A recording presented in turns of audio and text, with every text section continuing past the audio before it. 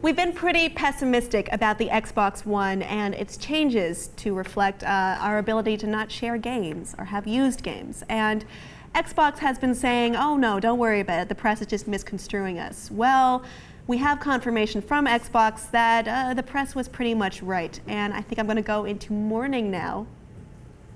That's how I feel about you, Xbox One. It's not good. I'm in mourning. PlayStation lives, and so does the PC. That's a good effect. Yeah. I like that. We have the best effects here on Nerd Alert. Top quality production. So, I have so many pieces of paper here with highlighting on what Microsoft is fucking up. This is an enormous amount of paper. yes. Well, okay, let's start on just one of them, Tim.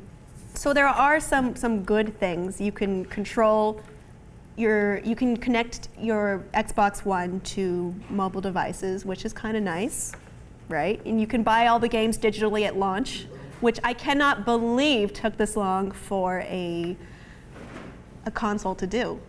And you can play all your games in your library remotely through the cloud. That's kind of nice, right? Yay. Is that all the good things? Yeah, that's about it. We're finished with good things now? We're done. Okay, that was a short list. Tell me more about selling your old games. Okay, you pretty much can't. It's up to third-party publishers to decide whether or not they want to be able to sell your game. So you don't own the game you're buying. Yeah. Don't pretend like you own this thing that you just paid for.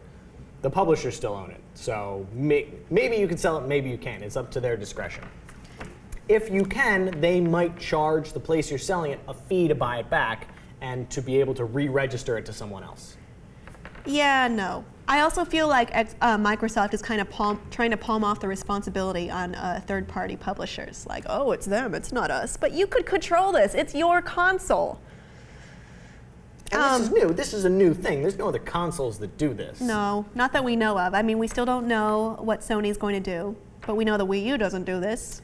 Sony has been tweeting all the things that aren't like the Xbox Sony One. has been handling this from a marketing standpoint like a pro. Yeah. Pointing out all of these bad points from the Xbox and saying, you know, we don't do that. To be fair, Microsoft is making it pretty easy for them. They're making it so easy, but they're doing a good job taking advantage of it.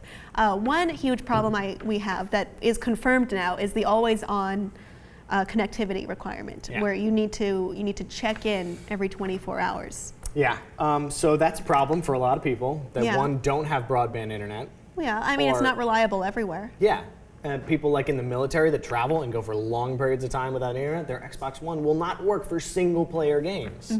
They can't play the games that they bought because they can't connect to the internet.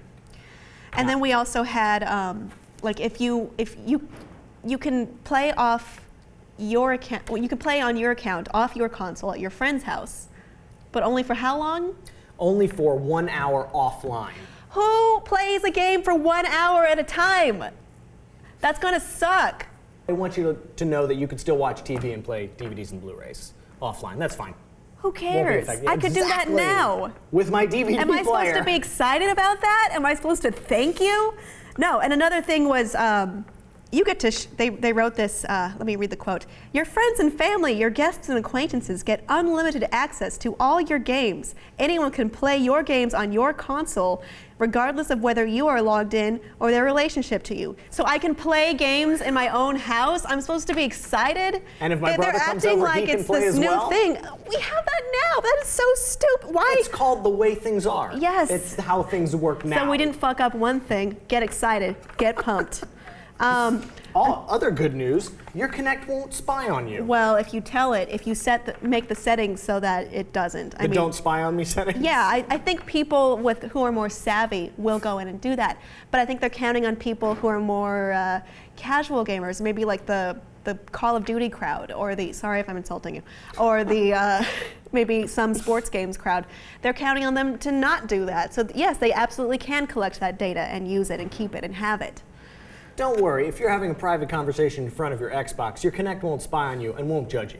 Great.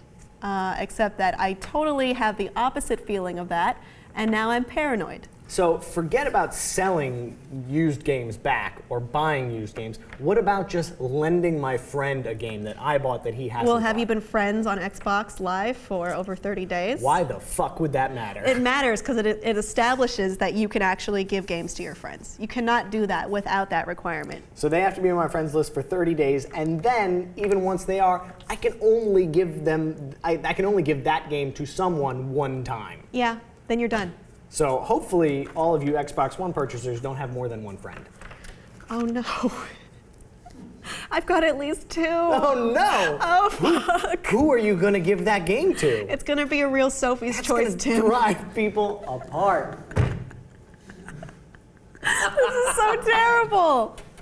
So what I want to talk about is how did we get to this point where our games aren't really our games? It feels more like we're renting them. It's our privilege to play these games that we've paid for, that we've handed over our money for.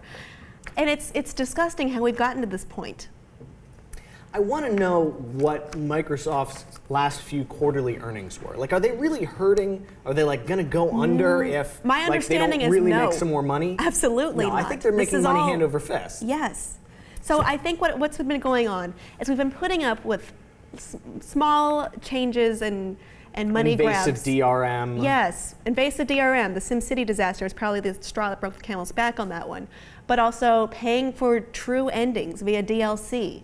It's funny, you say that, but the camel's back has been broken several times. But we have such short attention spans We that forget. we keep going to buy more EA games, even with the DRM. Actually, I'm still holding on to my protest Good of for not you. buying EA games.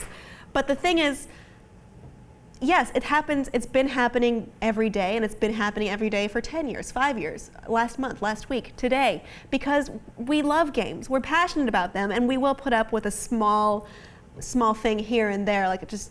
But then when it adds up, it's a heavy weight, and this shows it right here, all kind of amalgamated into the Xbox One and our problems with it. I recently watched an episode of Zero Punctuation Okay. on The Escapist, and Yahtzee kind of went through all the different new consoles and what was coming out and his judgments on all of them. And he brought up the really good point that it used to be that a console's responsibility was to say, hey, look, you can play all these fun games on me. Mm-hmm. And you'd say, well, what fun games? And they'd say, well, these fun games. And you'd say, well, those are fun games. I think I'll play this.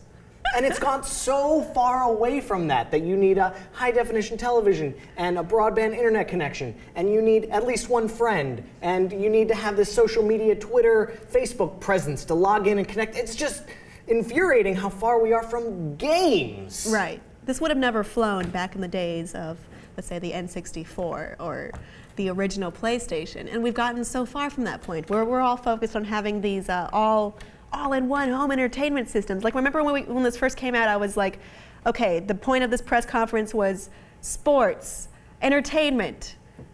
That's it. Yeah! So, and that sucks. That is not what gaming is. That's not what it should be, and that is not the future of gaming. I think we've strayed so far, and that is a good point. Amir, go ahead. I think Tim made an interesting point today in the production meeting. Look, about what's so fucked up about all this. I brought up how I was like, well, movies, we don't own our movies anymore either. We stream everything. And so, like, video games are kind of like the same thing, right? And Tim, you were just like, no, because what did you say exactly? I said we didn't want to purchase our movies anymore. We just wanted them for a short time, so we decided to rent them. And the market filled that void. We had Blockbuster and then Redbox and whatnot. And then we're like, well, we don't want to go to a store. We want them in our homes. And then Netflix and other streaming video. We made that decision. I never signed up for any of this. There was no demand for this service that Microsoft is making me do now. I didn't want to own videos. I want to own my video games. I want to be able to do whatever I want with them. Well, yeah, you incorrectly now assume that when you pay for something, it belongs to you. Not so much. It's a very hefty rental fee, I suppose. But we also talked about earlier that there's the possibility of having other consoles or indie consoles, let's say like the Ouya and the Steam Box, which we are excited for. So excited for the Steam Box. I hope it's not terrible. Well, the Steam does something interesting, kind of in the Netflix vein, where we can instantly play these games. And sometimes there's fire sales. Sometimes it's awesome. It's the best thing. And that's why we put up with some of these same things on Steam, is that I can't transfer these games to anyone else. I can't even let someone borrow them. But look they how much were less so it costs. cheap. It doesn't matter. I could buy a Sure. pack of 4 for me and all my friends, and that's the end of it. Yeah. Well, that's not really happening. We don't know what the price points are for Xbox One games yet, but we can assume take a they're not wild like guess. $5 like on Steam. It's going to No, be they're going to be $60 games. 60 plus, I assume. Yeah. Unless you want the legendary pack with all the DLC up front and the little statuette, that's $160. And you better pre-order it, otherwise you won't get it. Or you'll miss out on that exclusive costume that you can only get. It's like we had such high hopes for the next generation of consoles, and they've done nothing but fuck it up. Disappoint us entirely.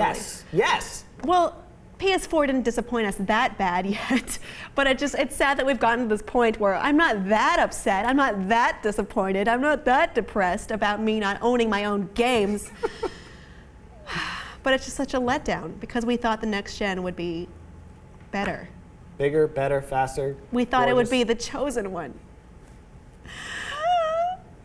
But instead they're going down a path that we cannot follow, and it's breaking our hearts.